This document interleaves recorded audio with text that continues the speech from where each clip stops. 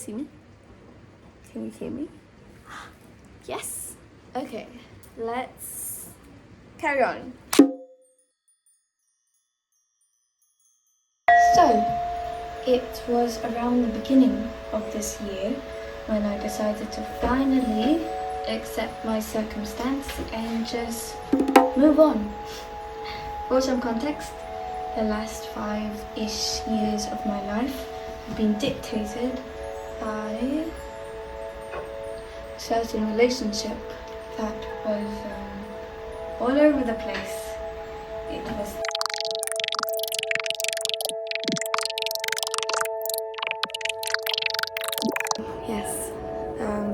I was left exhausted and completely and utterly this person left sometime last year, and life's been one really strange journey since then. I'm coming to realize actually that it was a very necessary change. Who would have thought?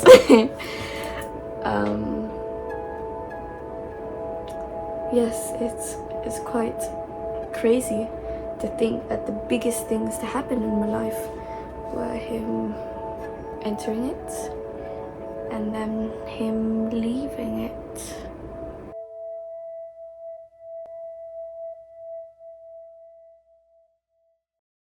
Emotionally drained, I was so numb and I couldn't think clearly, and I hate that. So when I fall into these states, I tend to cling onto a very simple idea. It just needs to be easy enough to do mechanically.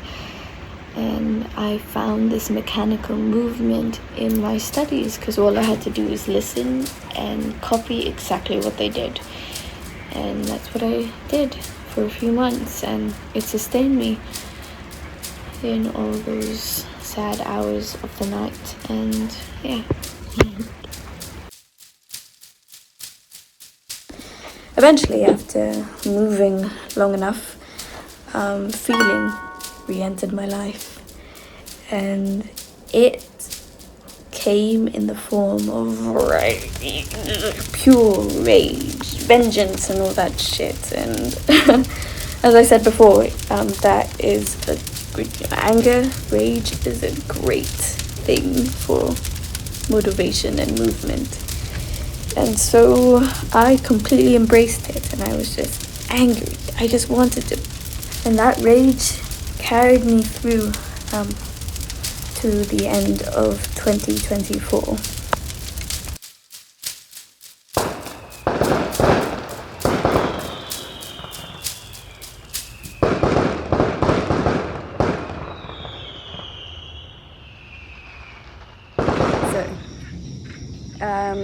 Sometime in early January, I woke up one day without much of a struggle, which was really weird.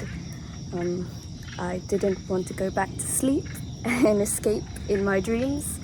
I didn't wake up with tears in the eyes and that horrible pit in your chest and in your stomach.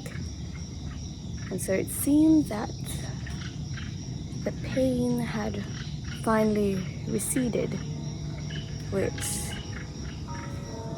was nice, of course, but it made me a little bit nervous because I hadn't had any sort of reprieve for years then, and so I was a little bit skeptical, and because I'm so aware of my patterns, because I journal quite a bit, I was just anticipating me to fall through, which of course I couldn't let happen. And so I don't know what possessed me to move in the way that I did, but I just kept on moving, doing everything that I was working on a few months prior, but with a little bit of spice here and there. With this reprieve, there was this strange sense that something was happening. Change was in the air, and I could feel it. I could really feel it.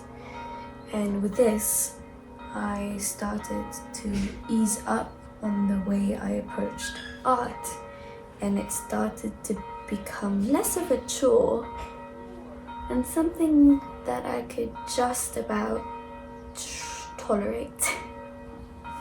And of course, I had been a few months medicated then, and so maybe the meds were just about taking effect. Who knows? I don't know, but whatever it was, something was right, and the change was palpable. Yes. So my very first task this year was to fix my intoxicated sense of time. Didn't seem crazy to me. What year? 6 months was ago. to fix Important my things intoxicated sense of time. I have no clue. What year? Really don't know when 6 things months happen. ago.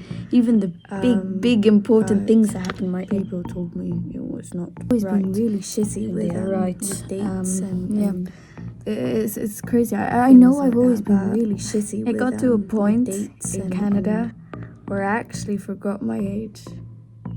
I forgot my age. And what's even better is the person to bring me to my senses was my little sister, maybe 11, 10 years old at the time. And I told her I was this age. She looked at me and she was like, Ade, you're not that old, you're this old.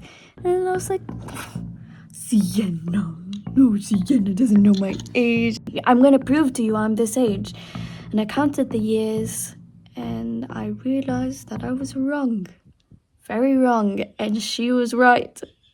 I just, time has been so fluid and scattered, non-existent for quite a while, for many years, and I just forgot that I had a few birthdays on my belt. Completely slipped my mind. Yes, so I had to go about fixing that. Can't go through life like that. That's messy. So I set out to fix that, and I honed in on my journaling. Here are some of my recent journal sketchbooks. Yes. I started titling things and labeling things and dating things and just organizing everything, all of my thoughts. And that helped clear up a lot of the clutter and helped ground me. And in the course of all this writing and journaling, I came face to face with some very painful truths, all of which I was too scared and fragile to face in the past, but it was about time I dealt with these feelings, and so I started the painful process of processing these awful, stinging memories. What's fantastic is that I found that my art improved alongside my mental health, which was crazy because I've never had that before. Because have you ever been struck by lightning? Like a sudden impulse, a sudden idea. I mean, I'm so often seized by ridiculous ideas, and sometimes it's good and sometimes it's just stupid. But in this moment, I was suddenly struck with this sense of autonomy. Like, holy shit, I don't have that devil on my shoulder. I can do whatever the fuck I want. And so came my mania.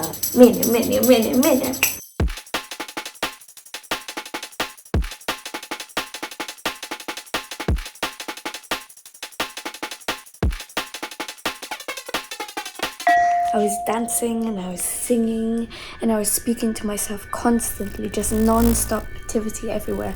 And I remember I was just pacing back and forth and, well, not pacing, but dancing from one corner to the next all over my room, and eventually I just couldn't handle it. The sensation, the buzzing was just too strong, and I couldn't bear to sit at my desk any longer, which is what I've been doing for years now.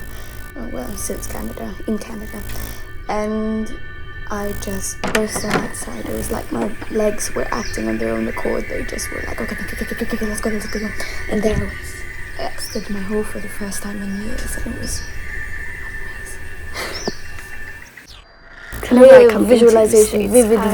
My eyes have dreams. I see things everywhere, but they're not scary things like I'm used to seeing. Everything was made of like it's more just. It's sort of. If it wasn't a flower, it was just the colors. Pinwheels of color. So fast, so vivid, and so vibrant, and there's such pulsating all the time, and like pink mushroom flowers. There are flowers everywhere. Buzzing sensation on mushrooms, just sang. Everything was rolled on the ceiling. Everything was just made of those flowers. It's wonderful. Everything is beautiful and wonderful, and like look at all the colors and all the patterns, and everything is so vivid, and you're so overstimulated. But it's a great thing because you've been so miserable and shitty for so many years.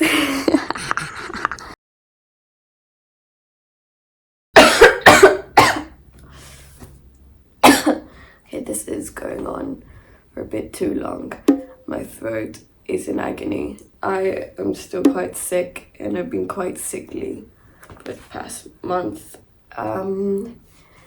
But mentally I have improved from last month, so that's good. I'm up and running again, as evident in camera. The fact that I pulled out the camera and decided to finish this, that's a good indicator of a steadying and improving mood.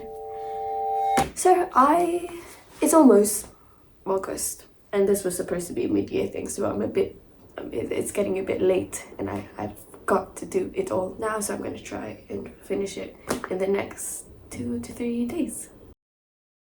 As a result of exiting the hole for the first time in years, most of my drawing hours were spent sketching from life and drawing what was in front of me.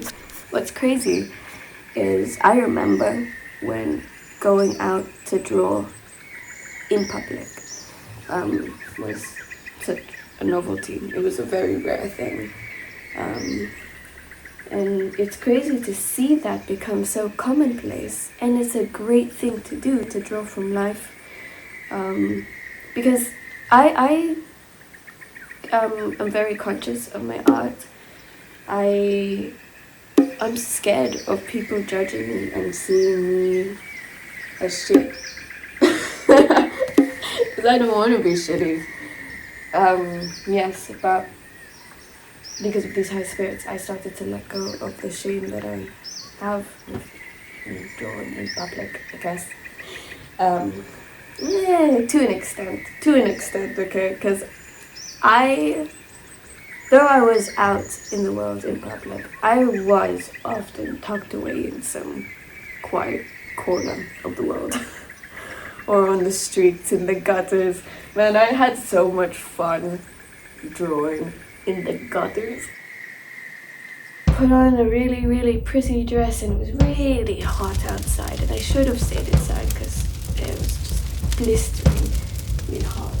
But because, when you're so happy, everything is just comfy. It's great.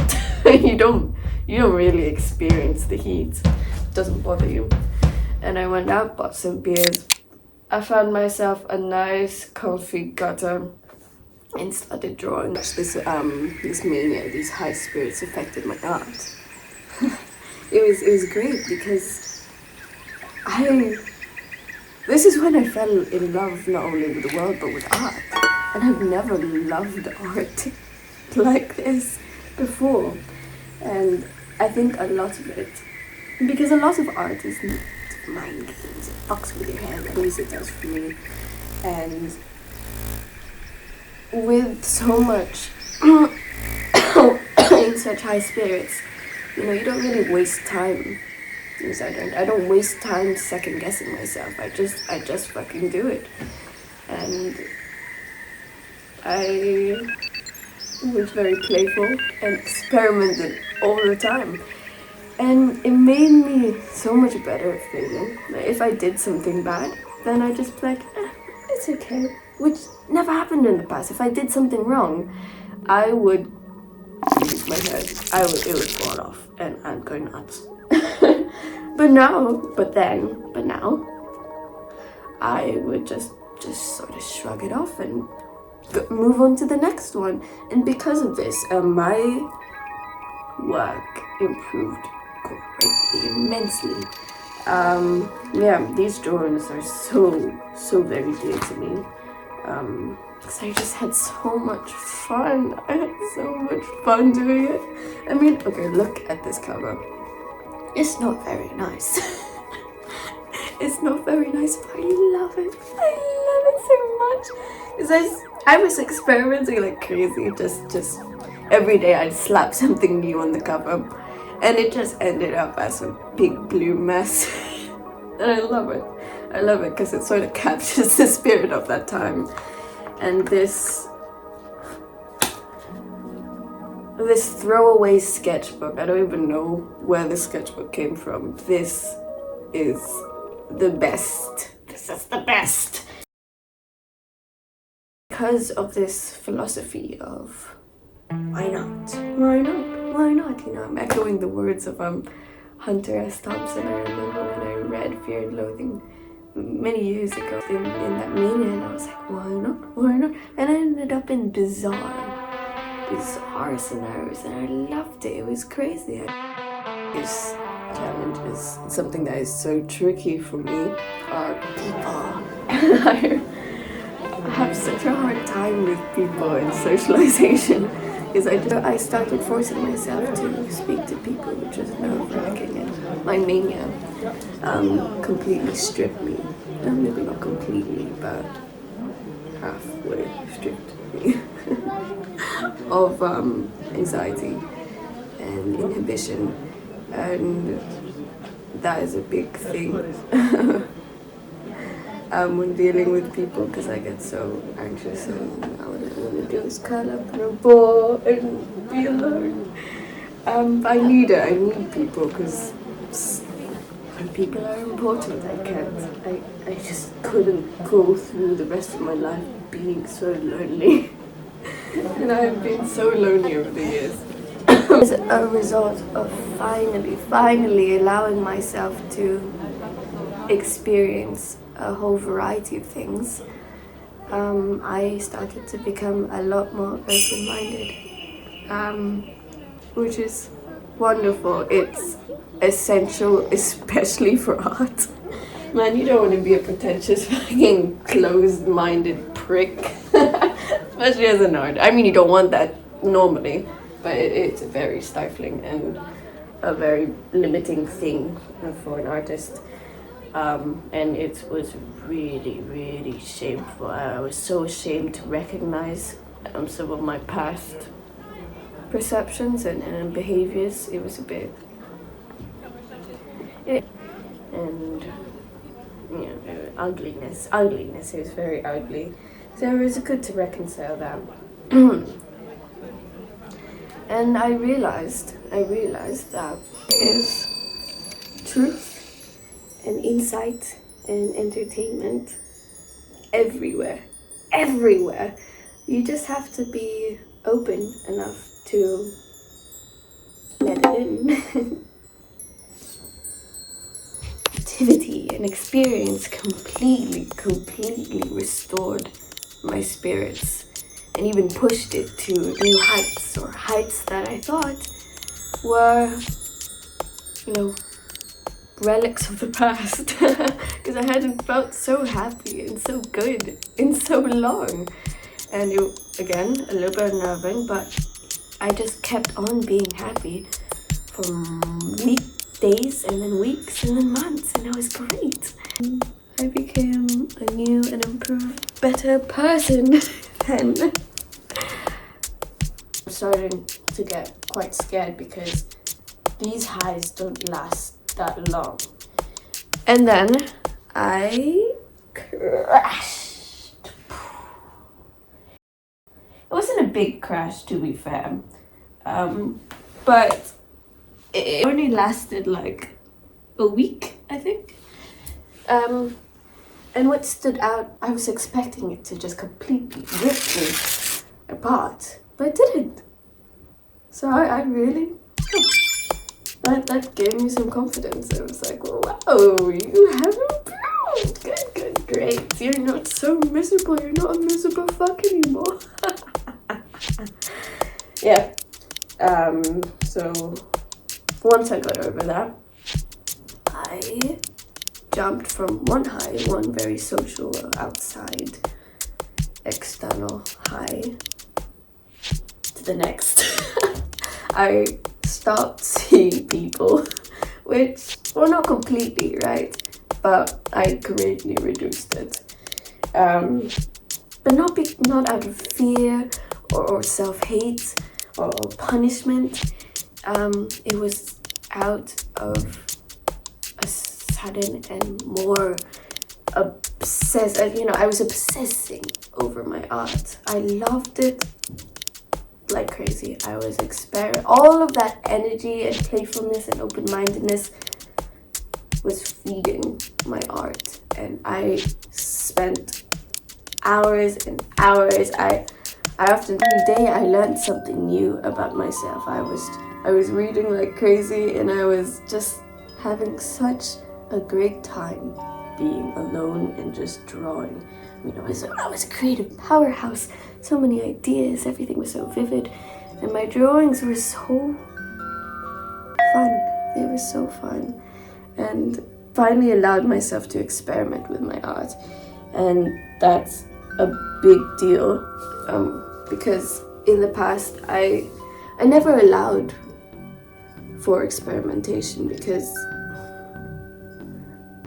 when you put yourself in that sort of arena where you're just sort of winging it, and it's sort of like improv, it's scary because you don't go into it with a plan. You just make it up as you go, and there's so much playfulness there, potential for failure, and I don't have a good relationship with failure at all. Possessed by a spirit that has been locked up and for years now. And it was wonderful. Everything was surreal. The smallest things just charmed me. I was in love with everything. I hadn't felt this unyielding and unending and love for everything, including myself. I loved myself for the first. Oh, that sounds so dumb to say, but it's a big deal for me because I hate myself a lot of the time. I've spent years and years and years just scrutinizing myself and just fucking hating myself. I'm my number one hater.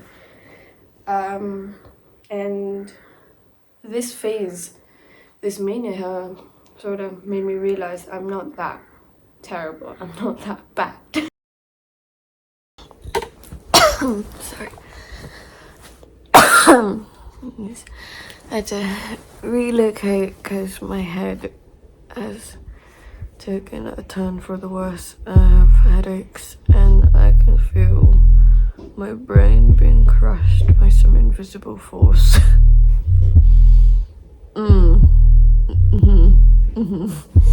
So where was I? And self-reflection. And I'm so glad this happened, right? I came face to face with an invisible force that has been controlling my life from the shadows. And that, dear viewers, is shame. Now, I've always known about shame, of course, but I didn't realize that I had so much of it. And it stems all the way back to childhood. I've just always felt very little and small, and I didn't think I deserved good things because I just didn't deserve it for some reason. For some reason, I just didn't think I was good enough for anything good. Because my brain's really not clear right now, and I could wait for this headache to pass and talk about this properly, because this was a very important time in my life, learning about my shame. Because in recognizing it, right, it's the first step to overcoming it. So here. God, my fucking handwriting is so bad. Limiting beliefs rooted in old power dynamics, in oppression, and its learned smallness. Yes, very yes. Shame fucks with authenticity. Yes, failing is impossible. Yeah, because it frames them as proof that you're fundamentally flawed. You're just wrong. You don't deserve love. You're a failure. What else? It chips away at your self-confidence, and it feeds this sort of ego loop. You know, you think too much about others, you overthink yourself, you crave what is this reading? You crave approval, and you avoid risk because you don't want to fail. And I said learned smallness. Yes, I've been like this my whole life. Yes, but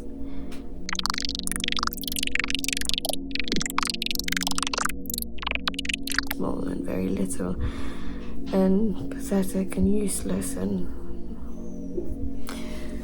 I guess when you think that so often, and that loop, right, and you start avoiding things and believing it, and it just spirals. It's a slippery slope downwards.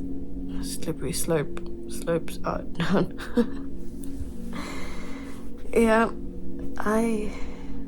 it's crazy how much time and space I allowed. I'm trying to unlearn some of those things. Yeah.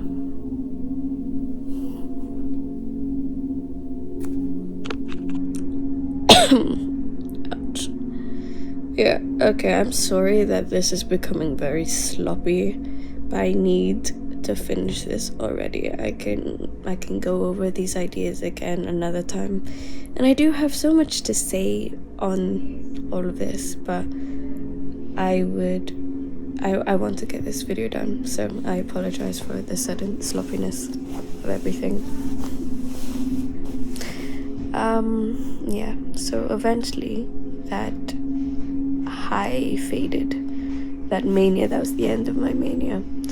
I forget which month that occurred in, but you know, that mania occurred in two parts. The more social, outgoing, outside part, and then the internal, in my room, art crazed high. And yeah, it was done. And I crashed again a little, but this time I didn't jump to, you know, the next high. Things became a lot more quiet and a lot more slow and a lot more grounded, yes. And I do admit, and you know, it can feel really, it can be, you know, how annoying and terrible a thing it can be to drop from such a high. And yeah, mania opened something in me, and I'm dealing with the residual effects, and it's great. You know, it taught me so much, but not there anymore. And yeah, I started, I think it was Jennifer Wright April, May, June sucked ass. June is when I was supposed to finish all of this, but my spirit just plummeted. I just produced nothing at all, and it's so, I guess that's the danger, right, of attaching so much of your self-worth to your work. I know. It's gonna take a long while for me to get over this, right? This shame and failure and all that. But yeah, things were very slow and difficult, but I kept on moving, which is all you can really do in such a state, right? You can't allow yourself to just succumb to the sadness and it's end of July now, and I'm only just coming out of it. That's why I'm filming all of this right now before another low occurs. I hope I don't go back down. I don't think I will. But yeah, I'm in a completely new phase. I'm starting a new project because I want money, and that mid-year, I got the mid-year jitters. I got really scared. I started to scrutinize myself, and I thought I'd be further along. My art has come a long way, yes, but I want some money. I want financial independence. I'm so sick of being broke. So I'm working on a brand. It's called Picking Myself Up Again. I think I'm coming into a more stable and hopefully happier or satisfied state of mind, but we'll see. Yes, I think it's time to show you some of my progress. So yeah, there you go.